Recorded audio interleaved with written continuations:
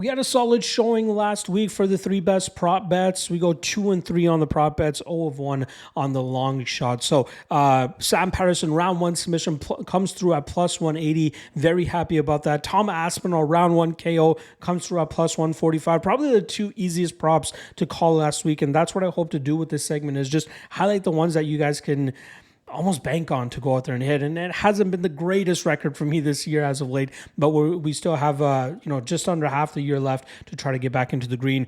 The one that ended up missing for us was the fight that I felt most confident about the whole week, but I really ended up laying an egg there with Preston Parsons inside the distance at plus 230, having no chance of hitting as Oban Elliott showcased a much better game than I was expecting from him. And the long shot ended up being Christian Leroy Duncan round 2 knockout at plus 700. Rodriguez stopped all of that, utilized his grappling, and even showcased some power punching of his own that caused Duncan to be a lot more gun-shy than I was expecting him to be. All right, let's get right into the three best prop bets and long shot that I got for UFC Abu Dhabi.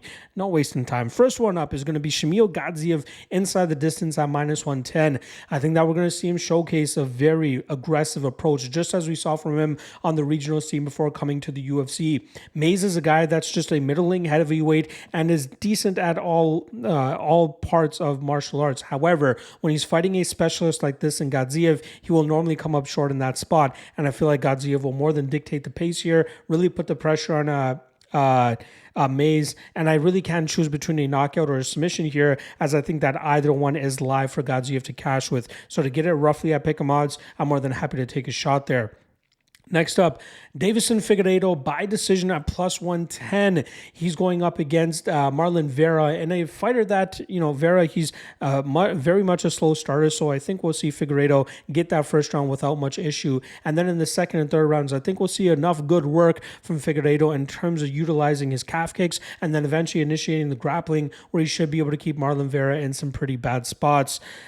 Again, Vera's very difficult to put away, so I think Figgy by decision is probably the best way to go about it. The third best prop bet for you guys is going to be in the main event with Umar Nurmagomedov by decision at plus 130.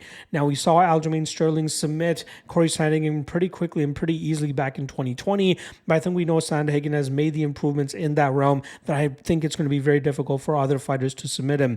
I think Nurmagomedov has just as good striking, and his grappling will end up being the difference maker in this matchup, but I think we're going to see this being a long, drawn-out 25-minute matchup where we see Nurmagomedov accrue a ton of control time and land enough damage from that top position for the judges to score it in his favor. Sandhagen is a very solid veteran and is clearly going to be the toughest test of Nurmagomedov's career, which is why I love this decision prop at plus 130, because I think this will be a showing out performance for Nurmagomedov by decision.